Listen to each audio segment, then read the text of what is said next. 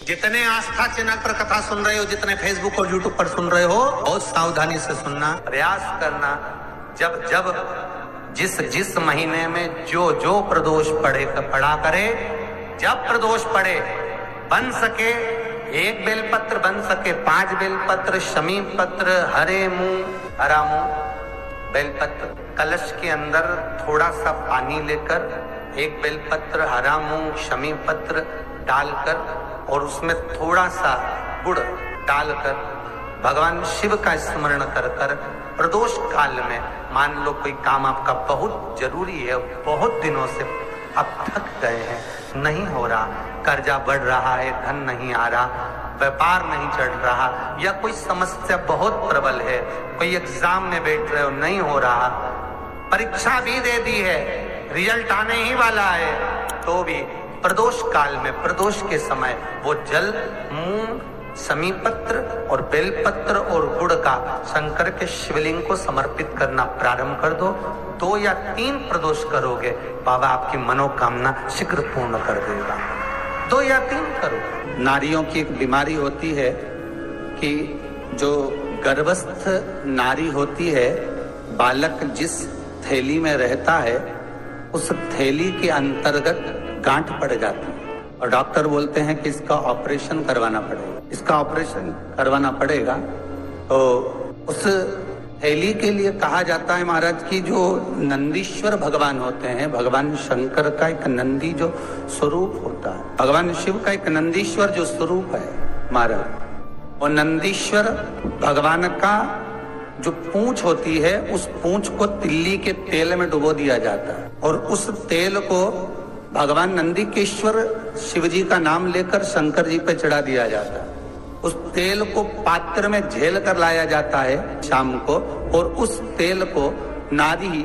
अपने नाभि स्थल पर डालती है। तो महाराज ध्यान देना, उसके उदर में अर्थात गर्भाशय में जो गांठ होती है वो मात्र 14 से 15 दिन में गलना प्रारंभ हो जाती है महाराज, ऑपरेशन की जरूरत नहीं पड़ती। ये कोई नंदीश्वर भगवान का जो एक अवतार आपको प्रथम में कथा में जो वर्णन किया वो साधारण नहीं है। नंदीकेश्वर भगवान का एक एक स्वरूप हमें सुख का भान कराता। मान लो तुम्हारा पैसा तुमने किसी को दिया, 5 लाख, 4 लाख, 3 लाख, 10 लाख, 8 लाख, 2 लाख, 50,000, 25,000, 20,000, 40,000, और वो पैसा नहीं दे रहा, आप हार गए कह के कर, फोन लगा कर, भैया दे दे रे, परेशानी है, दे दे रे भैया, हम तो परेशान हो गए, और हार गए, नहीं मिल रहा, बहुत परेशान। तो महाराज आप माँ जगतजननी जगदम्बा का शिव के साथ में, शिव शक्ति का स्मरण कर कर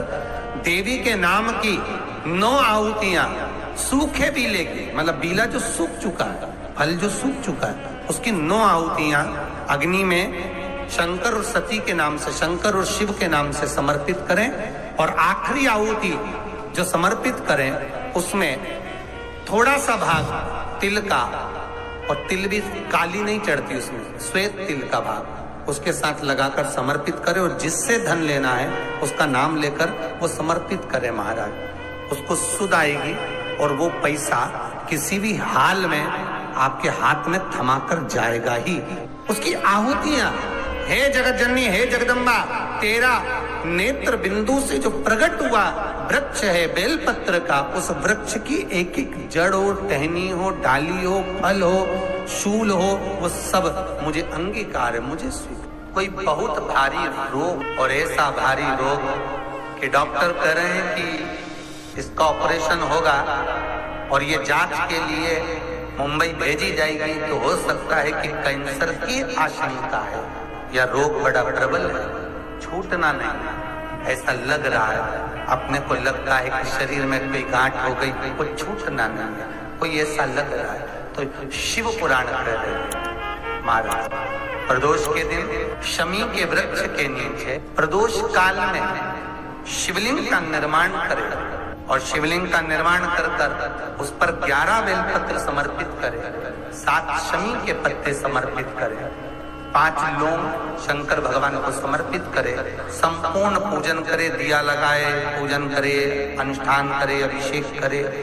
जो 11 बेलपत्र समर्पित करिए उसको लेकर आए, और उस बेलपत्र को खाने के बाद भले वो गांठ शरीर की फिर भले जाए चेत होने के लिए, कोई रोग तुम्हारे शरीर में आ नहीं सकता, कोई बड़ी बीमारी प्रवेश नहीं कर सकती। प्रदोष काल का दिया गया दान, प्रदोष के दिन प्रदोष काल में किया गया पुण्य,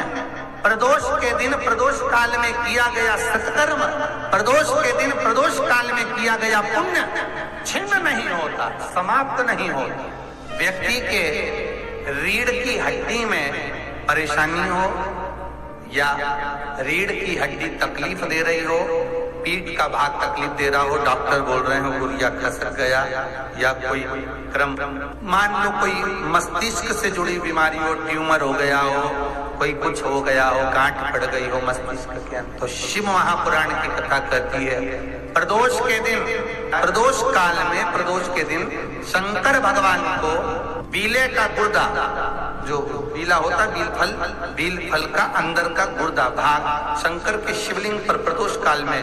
मल दिया जाए। मलने के बाद थोड़ी देर बाद उसको उठा लिया जाए, शिव जी का अभिषेक पूजन स्नान करा दिया जाए, पूजन स्नान आदि सब कराकर दिया बत्ती लगाकर भगवान शंकर के मंदिर पर ही बाहर बैठकर उस गुर्दे का थोड़ा सा भाग मुख में पालो, थोड़ा सा भाग लेकर आ जाओ। 7 से 8 दिन तक उस भाग का प्रतिदिन सुबह के समय पर सेवन कर लीजिए। गुर्जे की प्रॉब्लम हो या मस्तिष्क से जुड़ी हुई प्रॉब्लम हो वो समाप्त हो जाएगा। और सहज भाषा में समझ लीजिए, और सरल भाषा में समझ, अगर मान लो किसी डॉक्टर को दिखाने के लिए जा रहे हो, अभी तक तुमने डॉक्टर को दिखाया, कोई दवाई नहीं लग रही, गोली नहीं लग रही, कोई औषधि नहीं लग रही, डॉक्टर को दिखाने जा रहे हो, तो निवेदन है प्रदोष का दिन निकल जाने दें,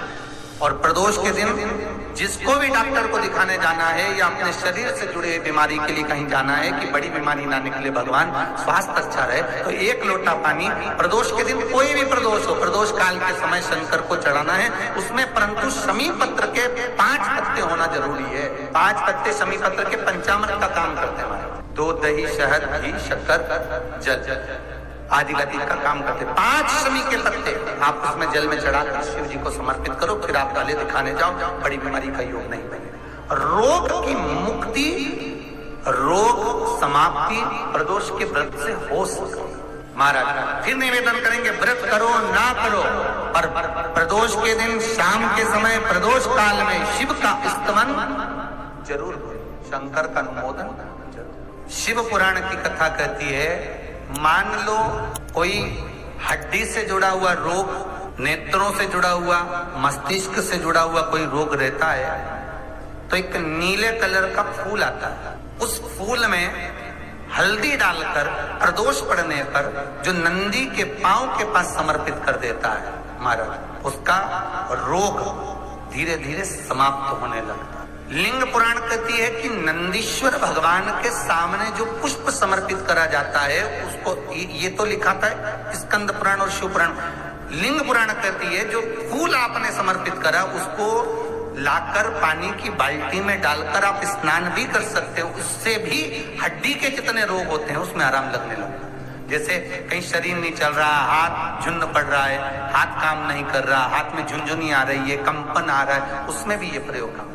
जैसे मान लो कोई काम ऐसा है कि उसमें पैसा तुम्हारा आ ही नहीं दिया, बहुत घाटे पर घाटा जा रहा है, नुकसान बहुत हो रहा है और कोई काम हो ही नहीं रहा, तो महाराज जिस दिन प्रदोष पड़े उस दिन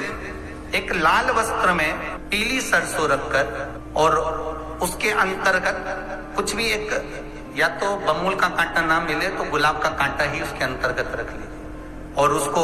शिव मंदिर का स्मरण कराकर शंकर भगवान का नाम लेकर रू भैरव, तो शिव पुराण कह रही है कि उस सरसों को कांटे को रू भैरव का नाम लेकर जिस व्यापार जो नहीं चल रहा है, दुकान जो नहीं चल रही है, उस दुकान के सामने उस व्यापार के सम्मुख में उसको जला दिया जाता है, जो सुख का भान कराता है, व्यापार की उन्नति के लिए, समृद्धि के लिए, लक्ष्मी के लिए। अगर मान लो कि आप किसी एग्जाम में बैठ रहे हैं और उस एग्जाम को देते देते कई साल हो गए पर आपका कोई लक्ष्य ही निश्चित नहीं हुआ, आप कहीं पहुंच ही नहीं पाए, आप उस स्थान तक पहुंच ही नहीं पाए, आपको पास होना है, वो एग्जाम किसी भी हालत में निकालना महाराज, तो भी प्रदोष का व्रत महाराज ध्यान देना। एक खाकर के पत्ते की पत्तल पर, जो पत्ते की पत्तल आती है पुराने समय में, उस पत्ते की पत्तल पर महाराज 7 बेलपत्र को डंडी मिलाकर रखना है। ये 7 बेलपत्र को डंडी का सिरा 7 का एक जगह पर होना चाहिए। एक ही स्थान पर 7 डंडियां बेलपत्र की होना चाहिए। जिस जगह पर डंडियां रहे उसी स्थान पर नीचे की जलाधारी नहीं बनाना है आपको, केवल एक शिवलिंग का निर्माण करना है पार्थिव। ये केवल प्रदोष के दिन करना है, प्रदोष काल के अंतर्गत। चाहे थाली में रख लो, थाली में उस पत्तल को रख लेना जिससे ले जाने में दिक्कत ना हो, तो पत्तल पर ही बनेगा, थाली पात्र के अंतर्गत नहीं। मतलब थाली ले लो, मना नहीं है, पर पत्तल उसमें जरूर रखो। और कागज की पत्तल नहीं होना चाहिए। कागज की पत्तल या अन्य जो डिस्पोजल पत्तलें चल रही है हमारे यहाँ मान्य नहीं है। पत्ते की पत्तल, उस पत्ते की पत्तल पर 7 बेलपत्र को इस तरह से डंडी से मिलाकर रख दिया जाए महाराज। उसके ऊपर एक शिवलिंग का निर्माण कर दिया जाए। शिवलिंग का निर्माण कर कर अपनी कामना कर कर प्रदोष काल के अंतर्गत 7 काली मिर्ची, 7 लौंग, 7 कमल गट्टे, 7 शमी पत्र शंकर भगवान को समर्पित कर दो। जल का छींटा देकर पूजन कर कर और घी का दिया लगाकर कुछ देर बैठकर श्री शिवाय नमस्तुभ्यम का जाप करिए। एक कमल गट्टा, एक लौंग, एक काली मिर्ची, एक शमी पत्र उसमें से उठा लीजिए अपनी कामना कर कर। जब विसर्जन करने जाएं तो एक बेलपत्र को भी उठाकर अपने पास में रख लें। एग्जाम देने के लिए जाएं तो अपने कमरे के परीक्षा जिसमें आप पढ़ाई करते थे उसी रूम में उसे कटोरी में खुला छोड़कर माता को कहकर जाएं कि हम ये रख कर जा रहे हैं। और आते से एग्जाम देने जाएं तो उसको स्पर्श कर कर जाएं, वापिस आए तो स्पर्श करें। ऐसी कोई परीक्षा नहीं हो सकती जिसमें से तुम निकल नहीं सकते। उत्तीर्ण हो गए ही, हार चुके हो तो एक प्रयास करिएगा, पर करना प्रदोष के दिन ही है। प्रबलता शिव ने वर प्रदान कराए भगवान गणेश जी महाराज कि हे गणेश, जैसे दुर्गा का फल तुझे समर्पित करने पर सुख की अनुभूति होती है, उसी तरह